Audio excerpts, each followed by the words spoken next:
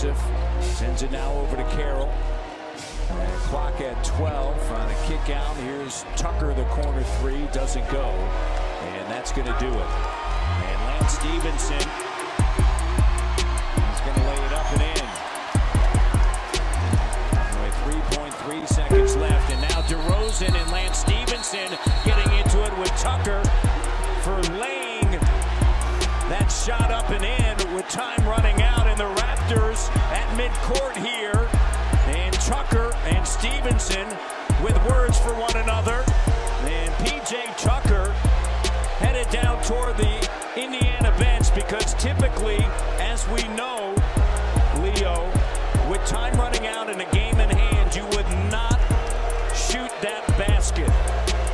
And so P.J. Tucker did not take kindly. And here's Carroll now being helped off of the court by Serge Ibaka. DeRozan still there. Now, Matty, Paul George comes over to him. This play goes back earlier. Remember I told you Lance Stephenson knocked down P.J. Tucker midway in the fourth quarter, and he was talking trash the whole time. And P.J. Tucker took exception to that. And Lance Stephenson has been John this entire fourth quarter.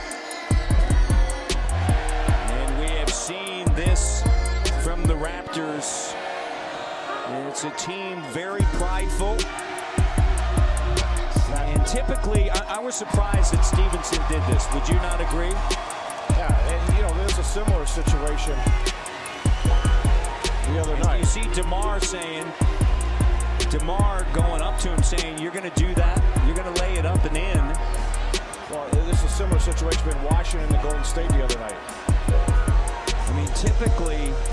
You know, watch this play here, Matt. See this? P.J. Tucker got laid up by Stephenson. Stephenson got it right in his face. And Tucker looks at the official saying, you're going to allow him to do that? So this is where this was. They've outscored the Pacers in the quarter 17-7. And they were up 13 at the half. Here comes Butler. Warren spinning him around. And Butler not happy with that. Had to be restrained by Leroy Richardson. Jimmy, do not take yourself out of that New York weekend. Oh, don't read lips, Heat Nation. Do not read lips. Well, Butler definitely agitated by that spin-around foul from T.J. Warren, and the officials will take a look.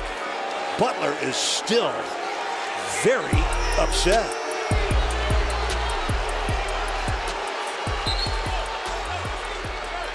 Need Jimmy to calm down here. He's just too important to the team to get tossed right now. They need him in this game. He's got to calm down. Got fired up because he really beat and had Warren totally beat. Warren grabbed him to spin him around. We're going to take several looks at this here. Watch Warren's hands. Grabbed him by the left arm and spun him around, held him.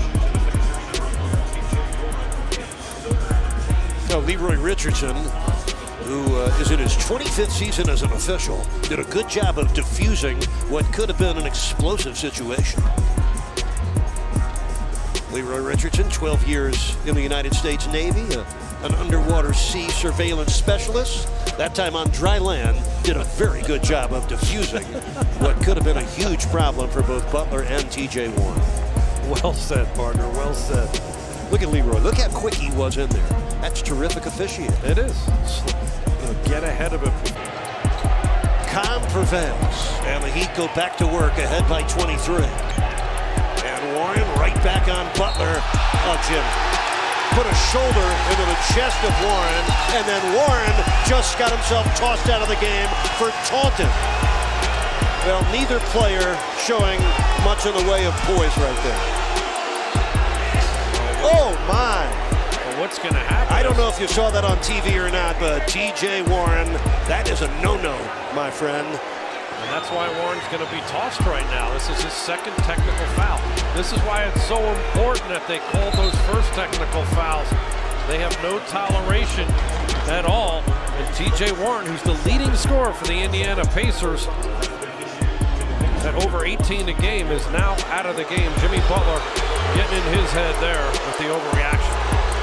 Well, watch this. Butler. Boom.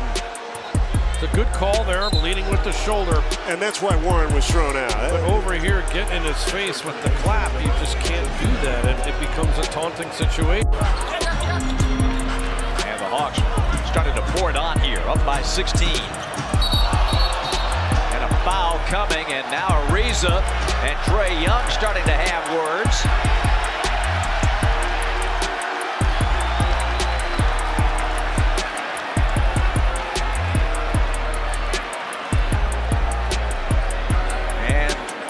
Trevor Ariza still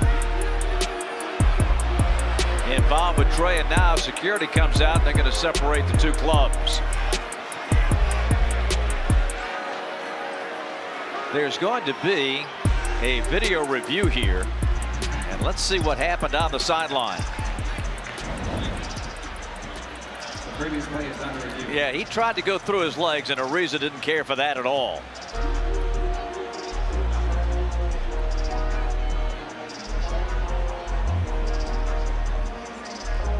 The personal foul was called on Ariza.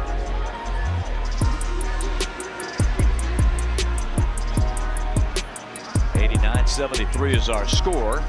Into somebody, they won't foul. 4-point game. They will. Oh, he did with 1.1. So you come up with a play with 1.1 with teams shooting free throws at the other end to score more than 3 to get a 4-point play. I don't know why you fouled there, but Griffin did. It was an emotional game, as I mentioned. There was a lot of physicality.